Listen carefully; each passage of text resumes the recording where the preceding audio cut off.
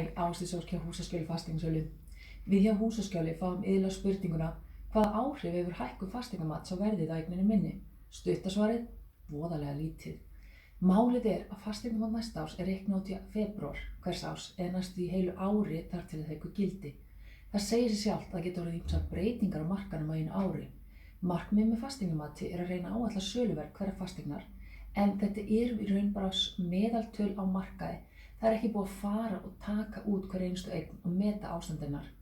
Þegar fasteign sölumetin hins vegar, þá hún skoðað löggiltum fasteignasala sem hefur þekkingu og reynslu á markaðnum. Við hjá Húsaskjóli, við notum 3 breytur til að finna söluverðið. Við skoðum hvað viðkomandi eign ætti að hafa hækkað miðað við vísitölu íbúðaverðs, hvað sambærilegar eignir hafa verið að seljast á undanfarið og hvað sölumatið á sambærilegum eignum í dag. Einnig þarf að taka tillit til alls konar annarra þátta eins og endurbóta, aldurs og jafnvel staðsetningar íbúðar í húsinu. Allt þetta skiptir máli og þetta almennt ekki þættir sem eru teknir inn í fasteignamatið. Auðvitað fullt af eignum sem fara fasteignamati en það alveg jafn margar sem fara yfir eða undir.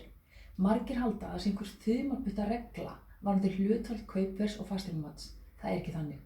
Fasteignamatið í raun og veru skattstofn og áætlunast því ár fram í tímann á meðan eign sem í sölu metin miðað við markaðinn í dag, ekki hvernig hann var í febrúar á þessu ári. Nú, til að sannreyna ásett verð á eign, þá einfalt að sjá útreikningan hjá viðkomandi fasteignasala sem að selja eignina. Það miklu raunhæfara heldur en miðað við fasteignamatið hennar. Ertu með einhverjar spurningar? Heyrðu í okkar á samfélagsmiðlunum eða í síma 519 2600. Hlakka til að heyra þér.